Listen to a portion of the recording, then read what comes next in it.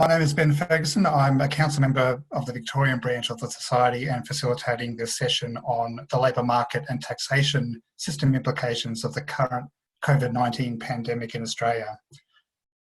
Well, it's become a cliche in recent weeks, but we are definitely living in extraordinary times. The April employment figures released by the ABS last week began to reveal some of the economic implications of restrictions implemented in response to the pandemic.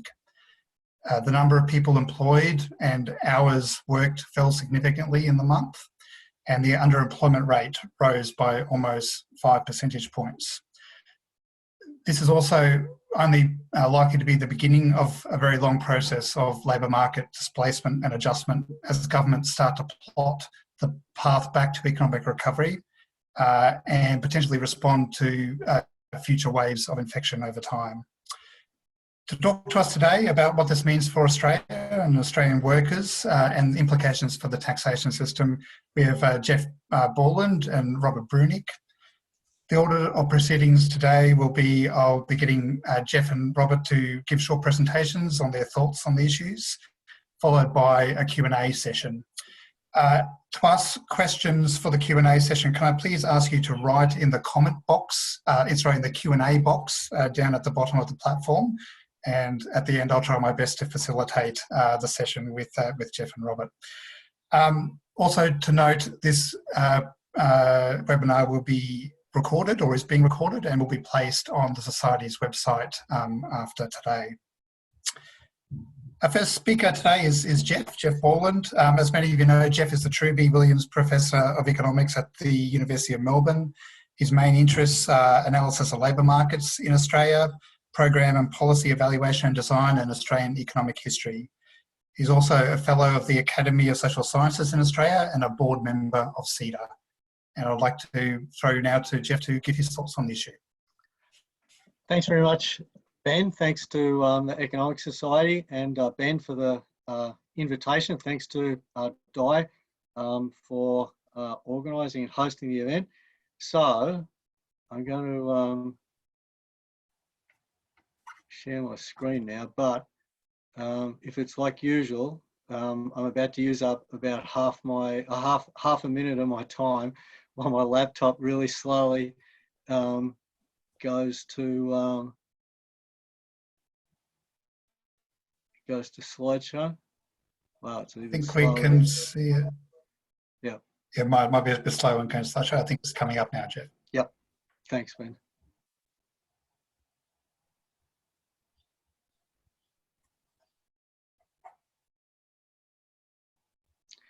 My laptop's complaining about too much work at home. There we go. Okay, so I'm going to talk about data first, then a little bit about what the future might hold, and then something about policy. So we've had recessions in recent decades, 1980s and early 1980s and the early 1990s. Those recessions, this graph shows losses in monthly hours worked. You can see that in both those recessions, we lost about 6% of monthly hours worked. That was about 18 months. I guess the common words to describe what's going on at the moment are scale and speed.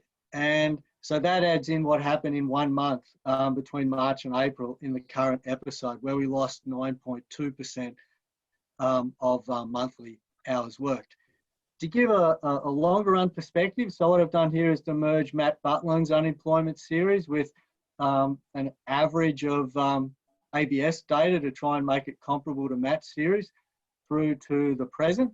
And I've also put in an arrow which is at the point of 11.7%, which is the ABS's adjusted unemployment rate when you add back in the 0 hours workers who they think are probably on JobKeeper or think that they have an agreement to go back to their employer after the current episode. Now, the 11.7% is not directly comparable in the sense that the blue line and the orange line are sort of annual averages. But it is the case that if you look at the 80s and 90s episodes, the monthly unemployment rate never reached 11.7%. So basically, you've got to go back all the way to the Great Depression already if you believe if you want to use the ABS adjusted rate to find a monthly unemployment rate that would have been as high.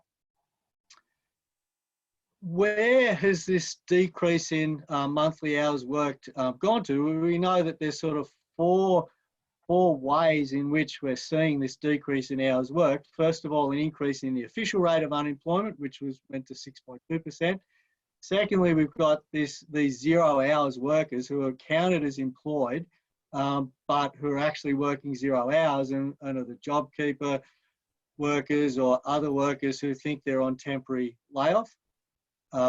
There's been an increase in underemployment, so people may have kept their job. They may be working positive hours, but to a greater extent than previously, they're working less hours than desired. And then we know there's been a decrease in labour force participation as well.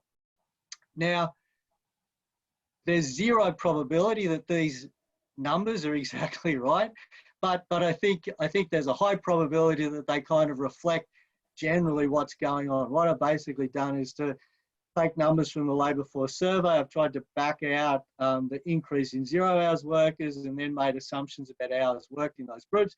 It's not straightforward to do because you can be underemployed and working 0 hours, and it's not possible with the data that have been released so far to perfectly separate that. But yeah, basically I think the story is that about a third of those hours worked decrease have come from people or represented by people who've withdrawn from the labour force. About 7% is that official increase in the rate of unemployment of 1 percentage point. About 43% of the hours worked is 0 hours workers, and about 18% is underemployment. So that's kind of, in a sense, where that 9.2% of hours worked has gone to. Now we know that that this episode began with health-related business closures causing job losses by industry, and there's sort of, I guess, a fairly well-known industry picture, which what I've done, you may know that the ABS released their latest jobs payroll data at 11:30, and so I've taken those data on the percentage of jobs lost in the payroll data and multiplied it by the February industry data from the ABS labour force survey, because of course we won't know until June when we get the May data exactly what the labour force survey says by industry. These data look a little bit, so this is up until May 2nd, they look a little bit different to what it looked like on April 18th. April 18th was pretty much classically what we thought: accommodation, food services, retail trade, arts and recreation services. What seems to have happened in the next 2 weeks is you can see accommodation, food services still sort of by far the dominant source of job losses. Retail trade's definitely there, 75,000. Other services, which sort of tends to overlap a little bit with some retail or personal type services. Arts and recreation, they're important. But yeah, we're also seeing professional and technical services, quite very large job losses, construction and manufacturing as well. The other thing that we know about, and this time I'm going back to April to March labour force survey changes because it's where the better data are. We know there's been disproportionate impact on the young. They've lost 11% of employment against 3.4% for people aged 25 to 54. We also know there's been very strong gender pattern, females experiencing larger employment losses than males, so decrease in hours of 11.5% against 7.5%, and females withdrawing more from the labour force, about 3 percentage points compared to 2 percentage points. Just one, well, this, I guess it can end in disaster when you present data when you've only just seen it, but this was something that caught my eye from the figures that came out at 11:30 today. So if you look at below 20 years, what it's saying is that between 14th of March and 2nd of May, the payroll data say that 14.6% of jobs of people who are below 20 years have been lost. But unless the ABS has forgotten to put a minus sign in, there's plus 16.8% wages for that group. And I assume what's going on there is that the increase in pay up to $1,500 because of JobKeeper is impacting particularly on this group who are below 20 years. And so even though 15% of employment lost, the people who have retained employment are doing so well out of JobKeeper that it's actually increased the size of wage payments to that age group. You can see that's a little bit the same story, 20 to 29, but much less a story for other age groups. So that's a bit on the data. Now where to from here? So the way I see it, the next several months are going to be a race between the increase in economic activity from removal of health-based restrictions and the extent of headwinds that we get from decreased consumer spending and business investment that are going to come from the loss of income, the loss of wealth, during the period that we're going through in the previous weeks, from decreased confidence as well, and business expectations of lower profitability. And of course, also in the next few months, the influence of any changes to government fiscal policy during that time. I think there's a best case scenario where it's possible to imagine that employment losses are now at their peak.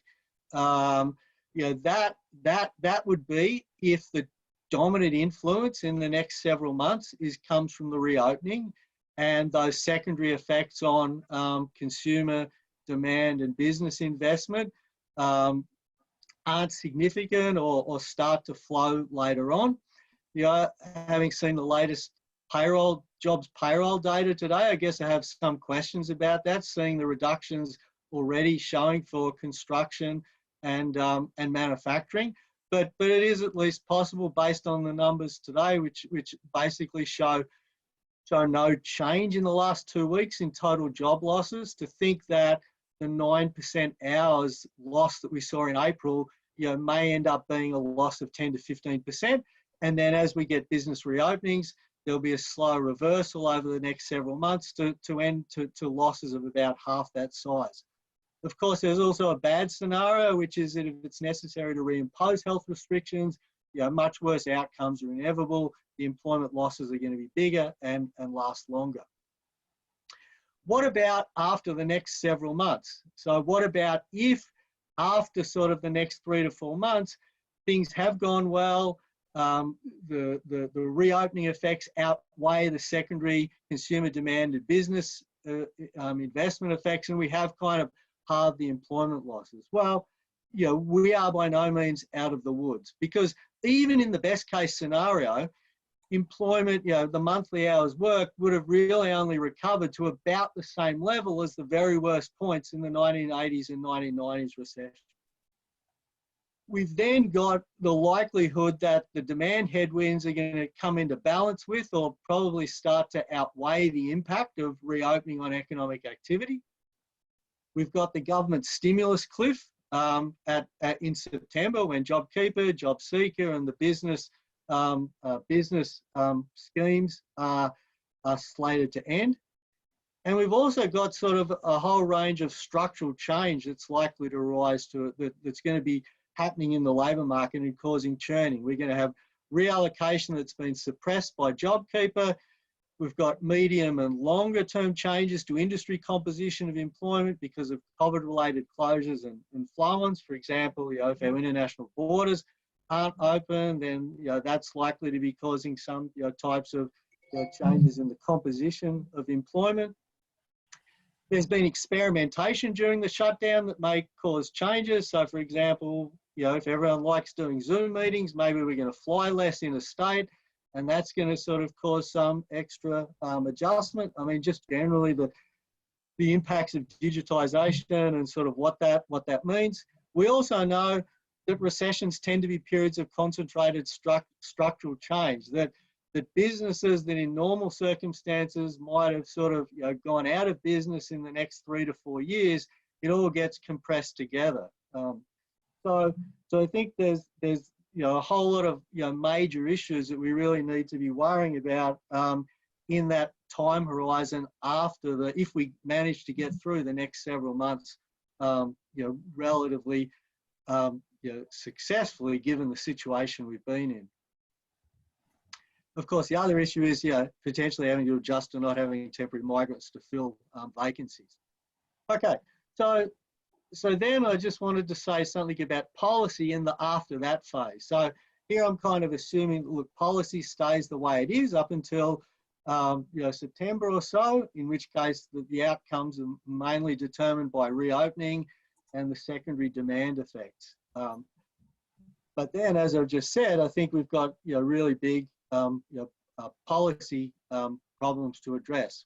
I wanted to sort of just make some general points to start off with, and then I'll look at the time to see whether I've got time to say anything more specific.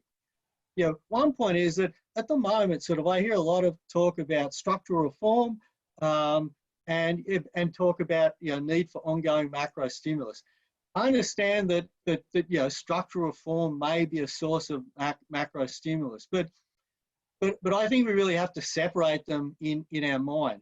I think that if you think that in 3 to 4 months we're just going to be back at the same position as we were at the worst point of the 80s and 90s recessions, plus these issues of structural change, that is a considerable enough issue to be worrying about for policy without really engaging completely with structural reform in the short term. So I think my first point is worry about macro stimulus first. A second point is that when we think about policy proposals, and some proposals which are floating around at the moment, I think we have to accept that, while of course there is this idea of the lump of labour fallacy, that there's not a fixed number of jobs, but in the short term it seems reasonable to, and in this after phase, it seems reasonable to think that there's going to be an excess of labour supply over labour demand. And so I think that we have to be very careful about policies that would add to labour supply. I think there has to be an honest recognition that if we do implement policies of that type, then will we be crowding out some groups from the labour market? And I guess I've been very upfront in saying that I think the priority should be on getting young people into work and should be getting people who are displaced into work. I'm not necessarily saying that I'm right about that, but I think we need to have the discussion of policy on the level of, well, look, if we are going to promote a particular group to be in the workforce at this stage, that there are trade-offs, and why is it that group should be getting primacy. I think we got to recognise the value of learning adjusting. So I'm someone who usually says there's not enough recognition of adjustment costs. That too often we kind of adjust policies and don't recognise the costs of that. But to me at the moment we're in a situation, if suppose the university changed its regulations or changed policy and told me that I had half an hour to write my exam to give it to the head of department instead of the whole day that I thought, and I was no longer able to talk to my colleagues about writing the exam, I had to do it all by myself or show it to them. Well, when the exam comes back from the head of department in those circumstances, I'm pretty sure that there's going to be a lot more corrections and changes that I'm going to have to make if I want to do an exam that's going to be satisfactory for the students. And I think we really need to recognise that we're in an environment at the moment where there's huge value on learning and adjusting, that we've got a rapidly evolving macro environment. We're learning all the time about the impacts and consequences of policies put in place. And I think people are kind of used to the idea with the health restrictions, for example, that we are going to have to make adjustments. And so I think there has to be a lot of emphasis on the value of learning and adjusting. And I think policy making needs to be open to scrutiny and inclusive. I think, we came into this episode in an environment where it was obviously necessary to make policy very quickly in a restricted way. But I think the best policy comes when it's open to scrutiny, when arguments for the policy are being proposed, when people can propose alternatives, and those can go into sort of a melting pot to be considered. And so I think that's an important principle as well. I did have some material on specific policies, but I think I've gone on for long enough, Ben, so I might hand over to Bob there. Great, thank you, Jeff. Yeah, and if we have some time in the Q&A session, perhaps we'll go back to some of the other policy issues that you wanted to talk about. Okay, great. So our next speaker is Robert Breunig. Robert's the director of the Tax and Transfer Policy Institute at the Crawford School of Public Policy. He's made significant policy impacts through a number of research projects looking at things like the relationship between childcare and women's labour supply, the effect of immigration to Australia on labour market prospects for Australians. And he's worked through his research with a number of government organisations in Australia, including the Australian Treasury, the Department of Employment, the Productivity Commission and the ABS. So I'd like to now ask Robert if he could give us some thoughts on the issue. Hi, Ben, thanks. It's May 19th, so I have to say happy birthday, Pete, which is how I always start any meetings on the 19th of May.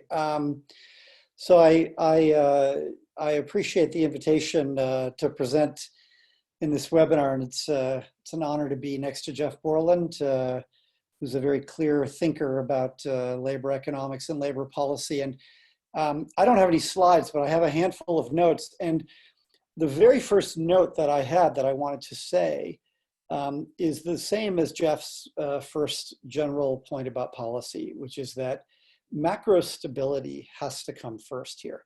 So the very first thing we need to do is right the ship and make sure that we're trying to recover as quickly as we can in terms of job loss and demand loss in the economy. And so the idea that, you know, that's going to be done by tax reform or IR reform is misguided. What you want to do is you want to focus on macro stability first and make sure you do that. And then maybe what you want is you want a policy, you want to start putting in place some frameworks to think about other kinds of reform that can support recovery and that can support well-being in Australia. The good news, I guess, coming out of the pandemic or going into it as well for Australia is that we were in a pretty good fiscal position in terms of our budget deficit. So we actually have a bit of scope to do the kind of stimulus that we've been doing and to continue stimulus beyond September, which I think Jeff sort of hinted at this, but I think is going to be almost a requirement that there's additional fiscal stimulus beyond September, because, you know, if you look at Jeff's best case scenario, it's kind of getting back to the worst point of the 80s and 90s recessions. And so we're going to need some additional help to get out of that. I was going to talk a little bit about tax reform. I might only talk for about 10 minutes or so, and then I'm happy to, you know, open it up to questions because there's a lot of participants, so it would be good to get feedback from participants. And again, though, I just want to make that point that you know, kind of macro stability is the thing that needs to come first. And when I think about tax reform, I'm not thinking so much about a panicked reaction to the accumulating debt that Australia is going to face, because we're also in a fortunate situation where world interest rates are very, very low. And there are a lot of pressures that are going to keep those interest rates down going forward. So I don't think we're not in a situation that we were in the recession of the 80s, for example, where we were facing interest rates of 17 or 18%. We're instead facing interest rates that are close to zero or potentially could turn negative. So you know, the other good news is that in addition to starting out in a good position, we actually probably can kick the can down the road a bit in terms of paying this off, because the interest rates are low and the cost of servicing that debt is going to be low. But I do think that this crisis is going to further expose the weaknesses of our tax system. And if I could just sort of quickly lay out what those weaknesses are, and the reason, though, I think we should be worried about them coming out of COVID-19, I guess the first thing I'm worried about is that we have a very heavy reliance on direct taxation relative to indirect taxation. And if you look at us across the OECD, the percentage of income percentage of tax that we get from corporate tax and personal income tax is the second highest in the OECD.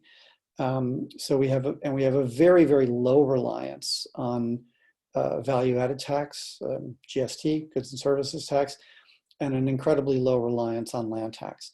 And we think that shifting the taxation mix from less direct taxation to more indirect taxation should increase economic efficiency and increase growth. So I think there's an agenda there. I think another problem that we have in Australia is that we have a lot of exemptions and exceptions.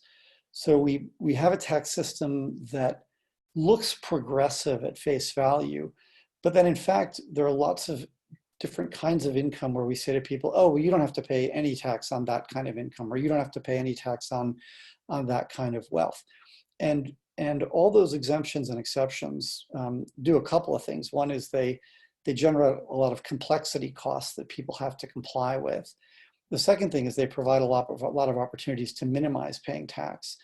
And then they fundamentally undermine the progressive nature of our system. I wrote a little piece recently describing how a family with $10 million of wealth could easily pay less tax than a 25-year-old who was working in a cafe. And that clearly is an affront to common sense and to all the values we have around our tax system. It's also, I think, contributing to inequality, potentially contributing to intergenerational inequality. And if you look further down the road, we're likely to see a big divide between the asset poor and the asset rich. That's, I think, exacerbated by our tax system. So I think our tax system was inadequate before, and I think it's going to be increasingly seen to be inadequate. And the two ways that people might think about that, I guess, is thinking about the idea of neutrality. So does our tax system treat income neutrally, irrespective of how it's earned? Which, we've moved further and further away from neutrality. And the other real inadequacy, I think, is in our tax bases. So what we've seen in our corporate tax, what we see in our income tax, what we see even in GST, is that less and less income is being taxed, and a greater reliance is being placed on smaller and smaller bits of the population. So in the personal income tax system, half the tax comes from 10% of the people. In the corporate tax system, something like 85% of the tax comes from two industries, mining and banking. So obviously, if resource prices tumble, if there's some major banking crisis or failure of the banks, that has created a tax system that's relatively non-resilient to shocks. And we don't want to be in a future nightmare scenario where the government has this high debt that it's accumulated and it's pushed up against a leaky revenue base that's unable to actually pay for the things that Australians want. So I think it's actually, although I think macroeconomic reform needs to come first, I actually think it's a good time to begin a process that could look at whole-scale systemic tax reform to try to address these weaknesses in our system.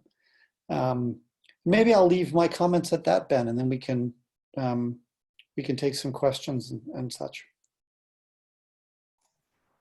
Great, thank you for that, Robert. So we'll move on to the Q&A part of the session now. Due to the efficiency of both Robert and Jeff, we've got a good chunk of time to be able to dedicate to Q&A. So please write your questions into the Q&A box at the bottom of your screen, and I will now try my best to facilitate a Q&A discussion around this. I noticed a couple of questions coming in early on around potential differences in regional impacts. Jeff and Robert, so the comments were, how do we expect the trends to filter down to regional economies? And given some of the differences we might see in terms of impacts at regional levels, what do you think about the granularity of responses that are needed in terms of kickstarting the industries of regional economies? I might maybe throw to Jeff for first comment on that. Well, yeah, I think I was just scrambling on the side of my screen to look, because I'm pretty sure I didn't get to look at this, but let me just try and look at it. Yeah, it does. I think that up until now, apart from state data, we didn't really have a good sense from the official data of what was happening by region. And the state data, the labour force data with the hours did show New South Wales and Queensland had slightly smaller losses in hours, like I think 7 or 8%. Victoria and other states slightly more, but we didn't have anything more detailed from that. I noticed, but I haven't looked at it, that the payroll data that came out today, they do appear to have released something by more disaggregated geographic level. And of course, we'll get the detailed labour force survey on Thursday, which will have the extra information sort of a more detailed level. So it's kind of too early to say at the moment. I think, the thing that we're saying is that no one's immune from this downturn, sort of, that there's variation by age, variation by gender, for example, but even on the groups who are being least affected, the impacts are very large by the usual standards of downturn. So there probably will be some regional variation. I guess when we get the data, we can see, but yeah, this is something which is going to be dealt with mainly, sort of, I think, in the first instance at an overall macro level. And then, I mean, in the slides I didn't get to, I guess I'll say, look, I think the 3 policy dimensions are first, obviously the health policy and business openings, getting that right.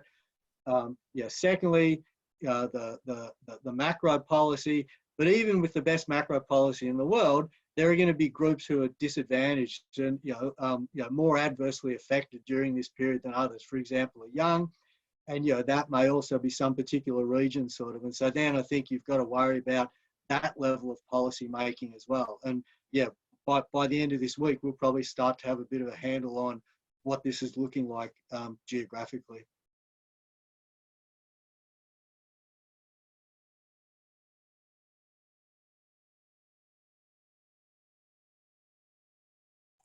Thank you, Jeff. Well, I got myself off mute. Robert, any comments to make on that? I guess so. Since I've put my tax hat on for the day, the other thing I guess I worry about is the ability of people to move to where the jobs are, and we want to make sure that labor mobility, can happen. And I think the way we tax housing through stamp duty, we do think has a really negative impact on labor mobility. So again, if you're thinking, it's very hard for people to sometimes move from where the jobs aren't to where the jobs are, also because of house prices. And we have a tremendous amount of tax and transfer policy that pushes Australians to put all of their money into housing, which then drives up house prices, and I think has these spillover effects on labor mobility. Just turning to our discussion on tax policy, Robert, a few questions which hit what I was thinking about when you were making those comments, and that the 2 questions kind of boil down to how you think we can overcome the lack of political will to actually implement tax reform. So what's the burning platform associated with COVID that might force this move, but also whether or not the establishment of the national cabinet process might be a positive step in that direction, whether or not that can be an effective tool for tax reform in the future. Yeah, look, on the second one first, I guess what I would say is, I think it is. I think there's a spirit of bipartisanship in the air, and I think it's going to be very difficult to get comprehensive tax reform unless you have bipartisanship. People have to move away from the old conversations of, I'm going to die in a ditch to get X and nothing else matters. Or, what tax reform means is I pay less tax, or what tax reform means is there's somebody out there, who pays more tax, right? my favorite tax is the Martian tax. We find these people who don't vote and they have a lot of money and they live on this other planet. We just take money from them, right? And then there's kind of no political consequences. But unfortunately, we don't really have the Martian tax. Look, on the political will, so does COVID-19 provide a burning platform? Maybe not. Does COVID-19 show us that we can, resolve problems quickly and efficiently with compromise across political boundaries? Yes, right? And we've, the rest of the world is looking at Australia and saying, wow, Australia's done such a great job. How did you do so? How did you do so amazingly well? And it's not clear that, if you think about early March, it's not clear that we were going to be that country that people looked to and said, you did a great job. So one of the things I think that Australia is incredibly good at is sensible policymaking. We have a history of really good bipartisanship to get good policy. You look at how we liberalized trade and liberalized exchange rates. You look at how we built our superannuation system, our healthcare system. I think many of our policies are world leading in the way that they mix market incentives and market information along with good government support that makes sure that everybody gets included. So we can be a world leader. We can say, look, we're going to take this opportunity to fix our tax system. We're going to set up something that's really going to contribute to the future of well-being of Australians for the next few generations. And we can show that we can do it without a disastrous crisis. There's kind of two ways you make these things happen. Like, one is you reach that cliff where your system's just broken and you need money and you're not raising it anymore because you've narrowed the base too much and you've given people too many ways to get out of it. Or you do it in advance and you do it sensibly. The Scandinavian countries have been able to do it in advance and do it sensibly. And I think we've shown that in policy, we're as good as they are. Great. Jeff, there are just a couple of early questions on the interesting result around youth wages in the most recent employment figures. A couple of comments about whether or not there might be a compositional issue associated with lower waged employees losing their jobs. Any comments on that? And the other question was whether or not we have any information yet about the number of hours that people receiving JobKeeper are actually working at the moment, whether or not you've got any insight on that issue. So the first question, this could be an example of what I said when I put that slide up, that it's dangerous to put up a slide that you've only just seen the data for half an hour ago. But I don't think compositional effects are the answer because it's actually the series they report is total wages. If it was average wages, yeah, exactly, there could be a composition effect driving it, but this is total wages. So what we're saying is, as I understand it, even though there are 15% less people, aged under 20 years registered on the ATO payroll system, the group of people who are left, the 85% who are left, they're actually, as a group, they've pushed up the amount of wages that age group are getting by 16% compared to the base.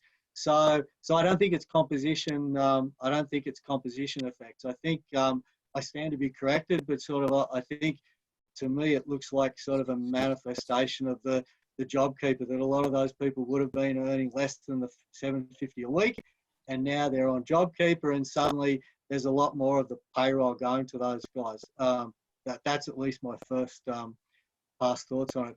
On the hours of work, so no, I don't. Yeah, I guess that goes to the decomposition that I tried to do. I mean, I think there's a couple of levels of difficulty here. One is that we can only make inferences from the ABS data on who's on JobKeeper, that it's likely to be these zero hours workers, and then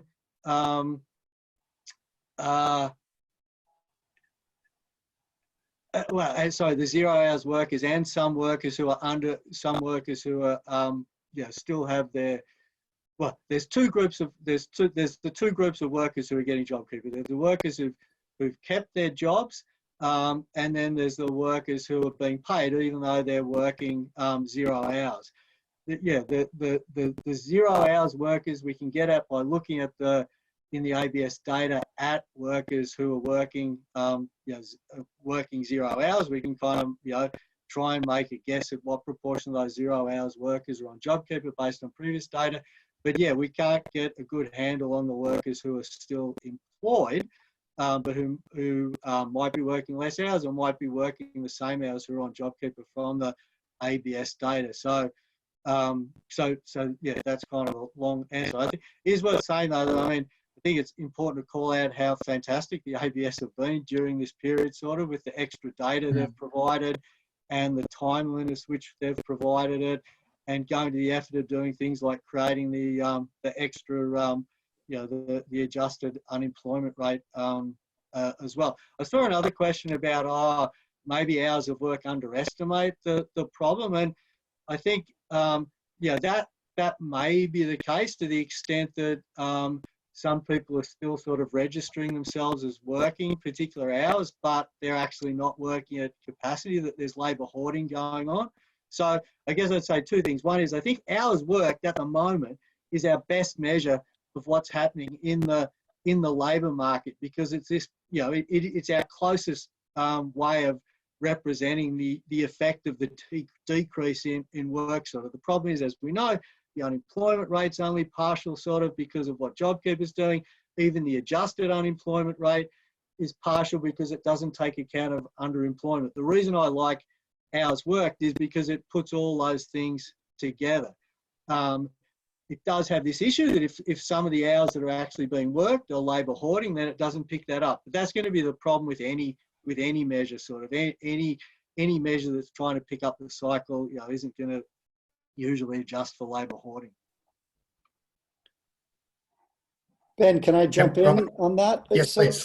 So I think it's interesting, Jeff, that there's been some criticism of JobKeeper about, like, for example, people getting paid more than they would have gotten paid had they had their job. But I think it's reassuring if this excess money is going to those youngest people, because my suspicion is that'll be a good economic stimulus. They're likely to spend that money, and they have pretty high marginal propensities to consume. So even if it might be kind of, if you think of this just as about wage replacement, it might be not so well targeted, but if you think about it as economic stimulus, it's actually probably very well targeted.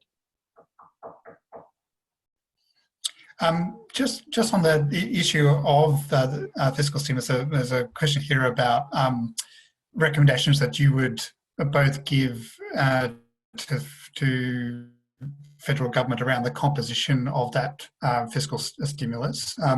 Any thoughts on whether or not we're getting it broadly right at the moment, and potentially as we go down the path of economic recovery, what that stimulus should ideally look like?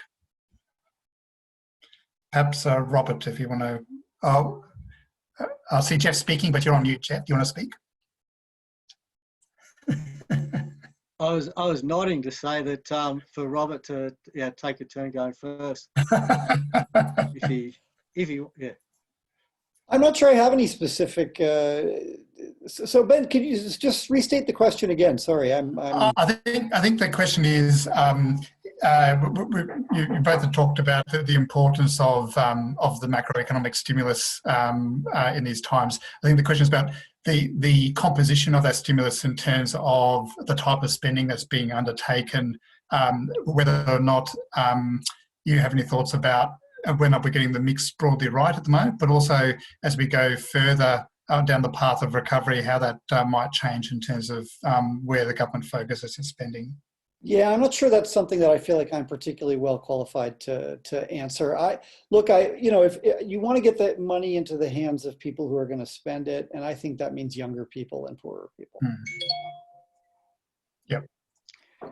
Yeah, I don't necessarily want to say stuff about specific. I always think it's a good rule to start with principles, sort of. And so I guess I was going to say about the macro stimulus that the principles should be sort of, we obviously need to spend the right amount of money that's tailored to the employment losses that we're seeing in the data as we go along. Secondly, that what money we spend really has to be targeted at employment creation. There's lots of types of evidence out there now about the employment impacts of different types of spending, and I think we should be putting a lot of emphasis on that. And then there's the issue of the timing as well. We've got to get the timing right. So, without claiming to be an expert on sort of the different types of spending, I guess, to me, an example there is infrastructure sort of. Like, I see the big sort of period that we're going to need to deal with the macro stimulus being sort of from September onwards and that. And so I think, we've really got to be, making sure we have the spending happening at the right time. So I think it's a cop out, I guess, not to be able to say, well, you should spend it this way, you should spend it this way. But I really do believe that you've got to start with principles sort of, and the principles are understanding how much you think how much stimulus do you need to get in there, given that you're using it in a way that's trying to get the most employment creation for every dollar, and doing it at the right time sort of, so that it's having an impact, when it matters. I mean, the obvious issue to deal with sort of upfront is JobKeeper, I think. And, to go back to what, Bob was saying before, and I agree with what he's saying about, the young people's spending propensity and that. I think the worry I have is that because we're spending all this money in this 6 months, that then becomes a reason for not sort of having, stimulus after that. I'm starting to wonder whether, like, if there's a concern about that we can't spend more than that total amount of money, whether we do need to be thinking about some reforms for the second part of it to save money so that we can extend it beyond that time. If we do have to think of sort of this as being some threshold amount, then I think, to me, sort of that's first cab off the rank for thinking about macro policy. Sort of, what do we do with JobKeeper and, of course, also JobSeeker, sort of to smooth the stimulus effect sort of over time. I think that's really important. Just to, one other point, just to come back to what Bob said at the start of his talk about, macro and structural reform. I wasn't meaning that, structural reforms off the, I don't know, Bob wasn't interpreting it that way, but I guess what I was meaning is, look, I don't think in this year's budget sort of, or even, like in, next year's budget in May, that's necessarily the time to announce these structural reforms. I think Bob put it perfectly, like, let's have a considered process for thinking about those reforms sort of for when we get through, dealing with the macro stimulus. So I think, it's about timing with all these policies. A question for Robert about potential tax reform options. So it's been put that with state governments' stamp duty revenues falling in a hole because of the impact on the property market, is now the time ripe for a land tax debate? Oh, absolutely. So, I think around housing, there's really 3 big policy things that we want to think about. One is, so we just treat housing so differently than everything else. And the result of that is that we have this massive amount of money that ends up being invested in housing, which may not be the most productive way for it to be invested. So one obvious policy is to switch away from stamp duty, which is we're taxing transactions of housing.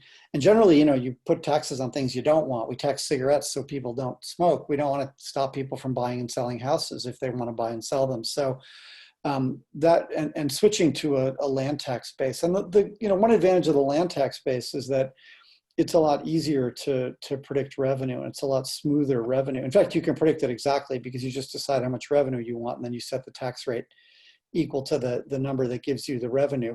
What we see with stamp duty is it's really volatile. So the states were loving it during the property boom, but now that that's kind of cooled off and is clearly going to cool off more, than states are a bit less sanguine about stamp duty. Another problem that we have is that the way we don't include owner-occupied housing in the asset test for the age pension, which is a real problem. So we have people with very large amounts of wealth who are receiving pension payments from the government. And again, this flies in the face of fairness. And I think the third policy we need to look at changing is is actually taxing, at least to some degree, the capital gains from owner-occupied housing, which also currently are exempt from taxation. I have a lot of thoughts about capital gains and savings taxation reform, and most of them would be would result in my thinking that the best approach would be to have a very, very low rate of tax, like 6 or 7%, but that would apply to every single kind of savings income that you could get. And this would prevent a lot of the kind of manipulation that we currently have. So I think we need to take a really good, hard look at what we do about housing. And clearly, you know, in New South Wales State Treasury and Victorian State Treasury, there's an interest now in talking about a stamp duty land tax switch. It's politically very difficult because people have gotten very used to the idea that they shouldn't have to pay any tax if they own a house. And in fact, if you say to them, you know, we're going to start charging you a land tax, they say things like, well, that's not fair, right? It's not my fault that my house is worth $2 million. So, and in fact, which is kind of funny, because that's exactly why you might want to tax it, is that it's not due to any endeavor that people have put into it. It's really just that they happen to get lucky. So you might want to tax a little bit of that. Jeff, a question for you, which I think hits on some of the points you were making in your last comments. The question is, as we get closer to September, where the current job seeker and job keeper arrangements come off, any recommendations about how we may change the targeting of that? So whether or not we stick with a focus around extending the JobKeeper for affected industries, or whether or not the focus turns to more around direct support for job seekers and training, etc. You're on mute, Jeff. Sorry. That's yeah, right. I think it does depend, like I was kind of saying in the last question, about what the exact reform you'd want to make to JobKeeper, you know, depends on what you think the budget constraint is. Sort of like if you thought the budget constraint was like was above $130 billion, considerably above, sort of, then you might say, okay, you know, we'll leave the scheme as it is for a bit longer, and then we're going to think about how do we transition in 6 months. If the problem is that we have $130 billion to spend, and we now realise that that's got to extend over a longer period of time, because I think I don't know anyone who doesn't agree that the economy is, well, I guess you shouldn't say that, because I'm sure there's people, but I guess I don't know anyone who doesn't think that the economy isn't going to require further macro stimulus sort of after September, sort of.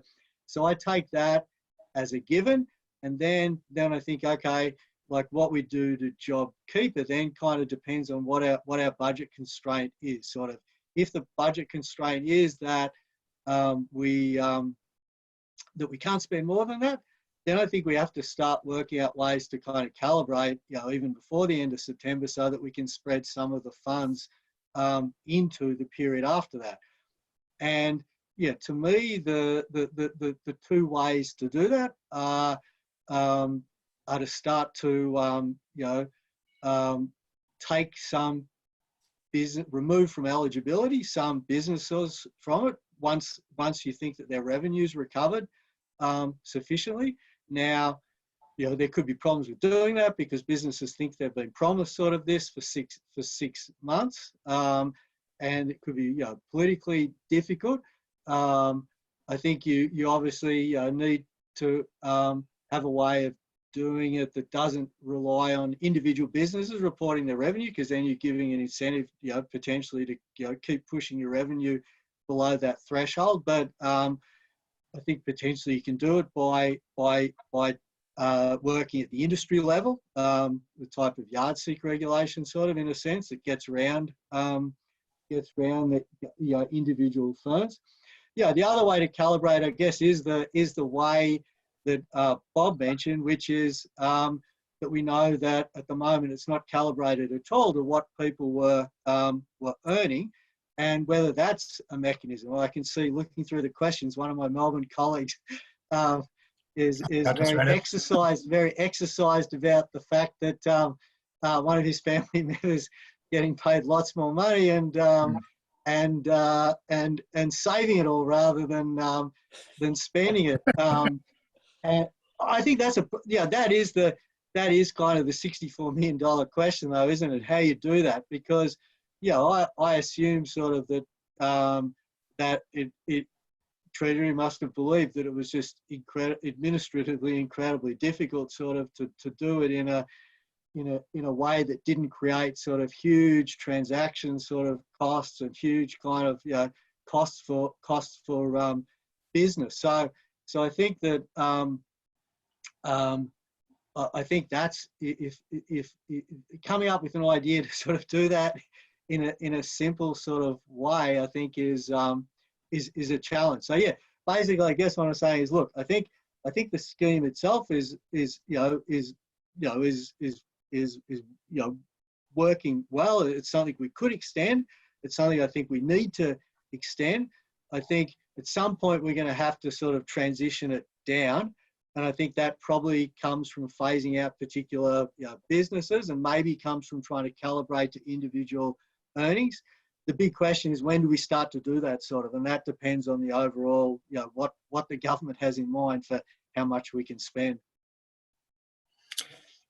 Thank you both. I think we're getting close to the end. I might just finish with one last question to both of you, which is for